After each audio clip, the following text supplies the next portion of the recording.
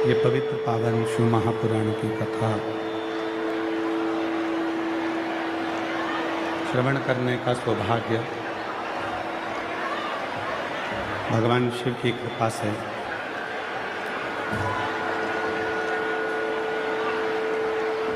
दिल्ली रोहिणी के sector number 10 में भगवान शंकर की कृपा से ये पवित्र कथा शिव सेवा संस्थानम अमोघ अंबुजानंद जी महाराज के सानिध्य में मुख्य यजमान श्री राजकुमार जी राठौर, श्रीमती पूनम जी राठौर, श्री राजेंद्र शुक्ला जी, श्रीमती सुमन शुक्ला जी,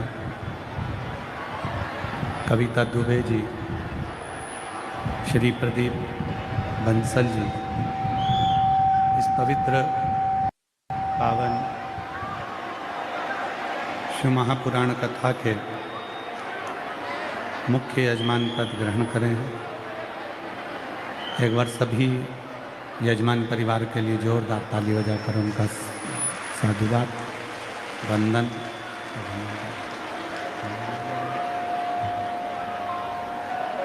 तेरी कृपा बिना नहीं एक भी लेते श्वास तेरी कृपा से बखान क्या करूं मैं राखों के ढेर का चपटी भगवत में खजाना कुबेर का हे गंगाधर मुक्तिदार ओंकार तू भोले ओंकार तू आयो शरण तिहारी शंभो शिव की कृपा से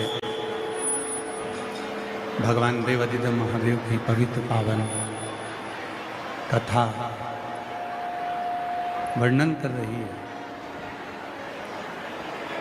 जीव जब शिव का हो जाता है, जीव जब भगवान शंकर का हो जाता है, तो फिर उस जीव के जीवन की जितनी भी तकलीफें होती है, उस जीव के जीवन के जितने भी कष्ट होते हैं, वो सभी तकलीफ कष्ट स्वयं शिव के हो जाते हैं। किसी जैसे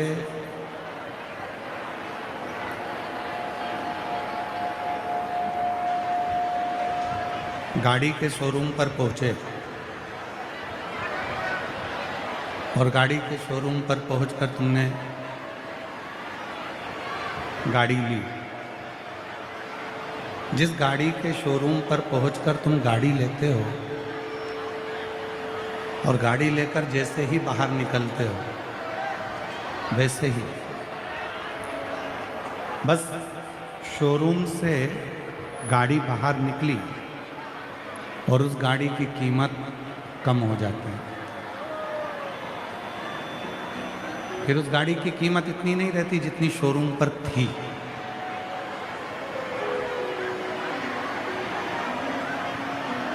मोबाइल के शोरूम पर गए, मोबाइल की दुकान पर गए, मोबाइल लिया।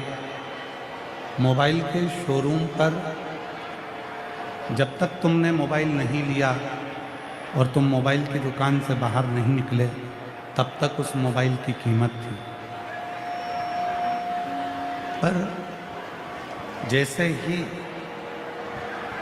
तुमने मोबाइल लिया और मोबाइल लेने के बाद तुम बाहर निकले,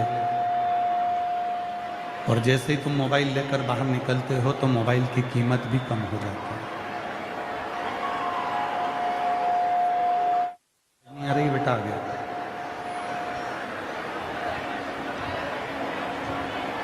शोरूम पर गाड़ी लेकर बाहर निकले तो कार की कीमत, गाड़ी की कीमत कम हो गई। शोरूम से मोबाइल लेकर बाहर निकले तो मोबाइल की कीमत कम हो गई। कपड़े लेकर बाहर निकले तो कपड़े की कीमत कम हो गई। जूता चप्पल लेकर शोरूम से बाहर निकले तो जूता चप्पल की कीमत कम हो गई। पर ये भले जितने स्थान हैं, इससे बाहर निकलने पर कीमत कम हो जाती है। कपड़ा लिया शोरूम से, कपड़े की कीमत बाहर जाकर कम हो जाती है।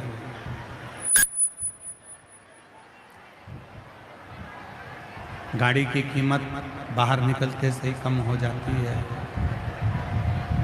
पर शिव महापुराण की कथा कहती है, आवाज नहीं आ रही है, ना तो अंदर आ रही है ना बाहर आ रही है। शिव महापुराण की कथा कहती है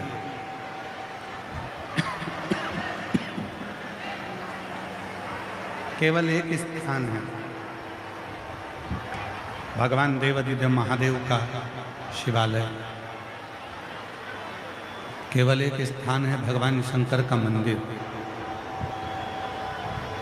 जहां जल चढ़ाकर तुम बाहर निकलते हो और तुम्हारी कीमत बढ़ जाती है। वहां तुम्हारी कीमत कम नहीं होती, वहां तुम्हारी कीमत कम नहीं हो पाती।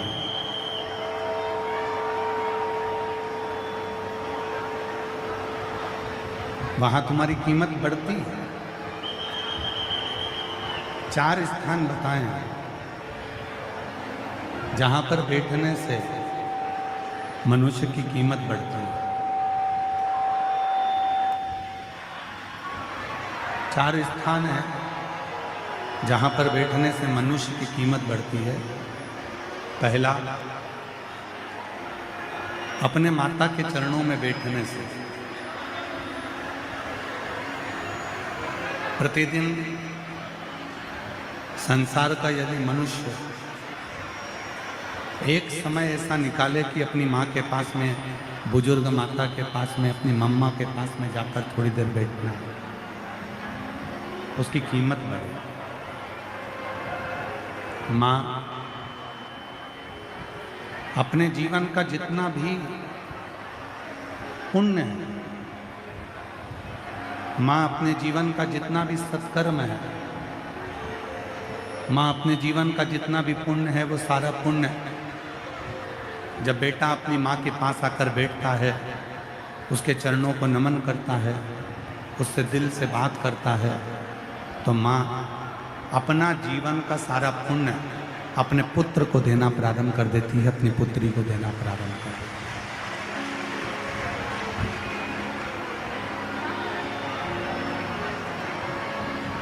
है। दूसरे नंबर पर है पिता के पास बैठना।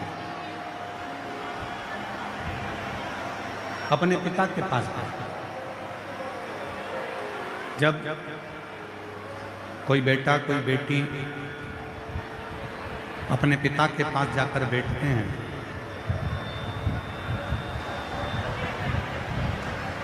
कोई बेटा बेटी जब अपने पिता के पास आते हैं,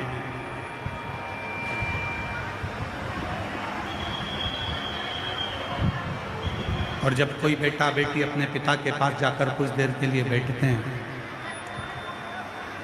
तो निश्चित है पिता अपना मार्गदर्शन देकर उसकी कीमत बढ़ा देता है। 4 स्थान बताएं जहां पर बैठने पर व्यक्ति की कीमत बढ़ जाती है। पहले नंबर पर मां के चरणों में, मां के पास।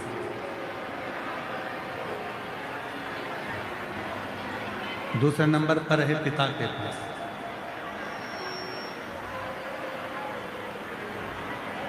तीसरे नंबर पर है अपने गुरु के पास। कोई जीवन में ऐसा गुरु जो तुम्हें सतमार्ग की ओर ले जाकर छोड़ दे, तुम्हें तुम्हारी मंजिल तक पहुंचा दे, जीवन में एक ऐसा गुरु भी होना चाहिए।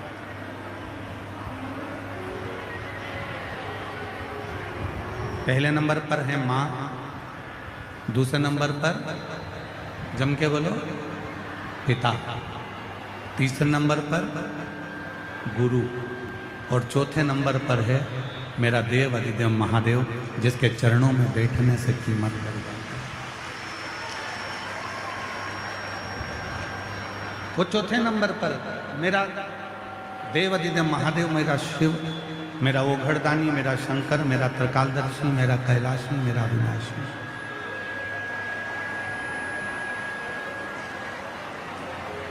जिनके चरणों में आप बैठे, एक आस लेकर, एक विश्वास लेकर आप जब शिव जी के चरणों में जाते हो, भगवान शंकर के चरणों में पहुंचते हो, भगवान शिव के चरणारविंद में जब आप पहुंचते हो, तो निश्चित है आप जिंदगी में कभी उलझ। एक सुंदर प्रसंग है शिव महापुराण का, डीले कम कर आवाज क्लियर करो।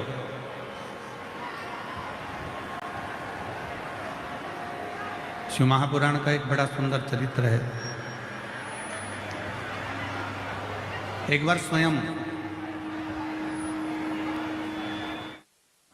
माता अशोक सुंदरी भगवान देव अधिदेव महादेव के पास पहुंचे।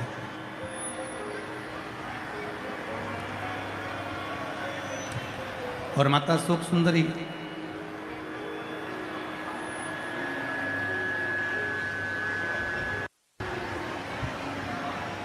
जब भगवान शिव जी के पास पहुंची और भगवान शंकर के नजदीक में जाकर थोड़ी देर के लिए माता अशोक सुंदरी बैठ गई,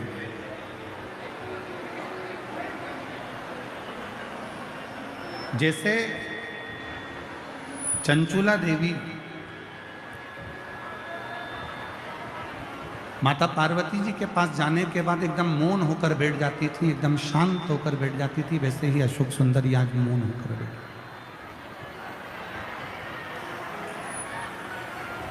माता अशोक सुंदरी आज मौन होकर बैठ जाती। 2 दिन हो गए, भगवान भोलेनाथ जी ने अशोक सुंदरी को देखा कि अशोक सुंदरी एकदम चुप रहती है, मौन रहती है, शांत रहती है, कुछ बोलती नहीं, एकदम चुप है, कुछ बोल नहीं रही।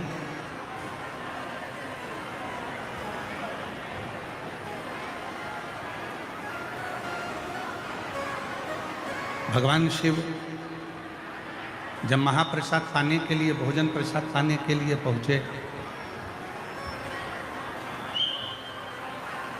और मां पार्वती जी से भगवान शंकर ने कहा कि मैंने अशोक सुंदरी को देखा है, वो अशोक सुंदरी आजकल कैलाश पर रहती है तो एकदम चुप रहती है,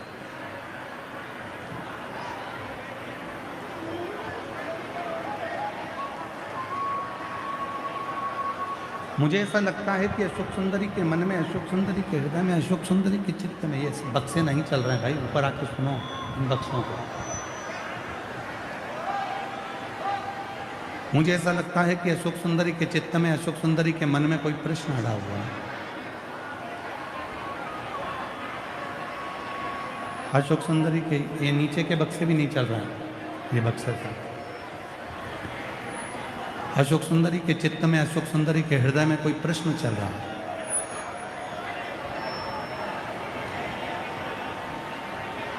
वो कौन सा प्रश्न जो अशोक सुंदरी के हृदय में, अशोक सुंदरी के चित्त में चल रहा है? शिवजी बोले वो तो मुझे नहीं मालूम कि कौन सा प्रश्न है, पर इतना जरूरी है कि अशोक सुंदरी चुप बैठी है, मतलब कोई ना कोई प्रसंग अशोक सुंदरी के हृदय में जरूर चल रहा है।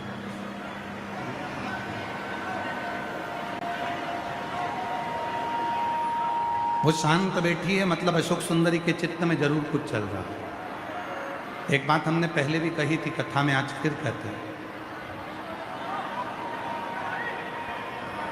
आप भगवान देवाधिदेव महादेव से कुछ नहीं कहेंगे, कुछ नहीं बोलेंगे, फिर भी प्रयास करा करो कि 2 मिनट के लिए 1 मिनट के लिए, 2 मिनट के लिए, 5 मिनट के लिए जब आप देवाधिदेव महादेव को जल चढ़ाने के लिए जाएं, शंकर जी के मंदिर में जाएं, शिव जी को जल चढ़ाने के लिए जाएं, भगवान शंकर को जब जल समर्पित करने के लिए जाएं, तो नंदी के पास 2 क्षण के लिए चुप होकर, मौन होकर, शांत होकर बैठ जाए। बस एलईडियाँ नहीं चल रही हैं, तार वगैरह टूटे हैं हो सकता है, तो एलईडियाँ नहीं चल रही हैं। आप लोग श्रवण करें। साउंड वाले से निवेदन है, साउंड थोड़ा अच्छा कर कर आवाज़ खोल दो सब दूर की, और थोड़ा क्लियर साउंड करें। आवाज़ एकदम फैल के जा रही है तो लोगों को समझ में नहीं आ रहा।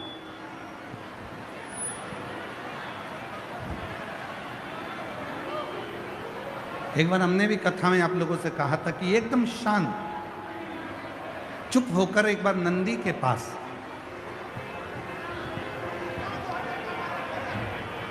2 क्षण के लिए नंदीश्वर के पास जाकर बैठो। जब शिव के मंदिर में जाओ, भगवान शंकर को जल चढ़ाने के लिए जाओ, शंकर के मंदिर में पहुंचो, तो नंदीश्वर के पास 2 क्षण के लिए थोड़ा बैठो, मौन होकर, चुप होकर। और उस समय पर ना आपको कुछ बोलना है, ना आपको कुछ जपना है, ना आपको कोई स्तुति करना है, और ना ही आपको कुछ कहना है। वहां तो केवल आप मौन हो, और मौन होकर उस नंदी के पास में, उस नंदी के बाजू में जाकर 2 क्षण के लिए बैठ जाओ। नंदी के पास जाकर बैठो। आप कुछ मत बोलो, बस केवल जाकर बैठ गए। उतने में नंदी आपके मौन रहने का भाव, आप क्यों चुप हैं, आप क्यों शांत हैं, आप क्यों चुप हैं, उस भाव को नंदी भगवान शिव तक पहुंचा देता है, भगवान शंकर तक पहुंचा। और शंभु शरणे पड़ी मांगो घड़ी रे घड़ी, दुख काटो दया करी निधर शरणा को। ओ शंभु, सब बोलिए, सब बोलिए। पड़ी मांगो घड़ी रे घड़ी, दुख काटो दया करी निधर शरणा को। शंभु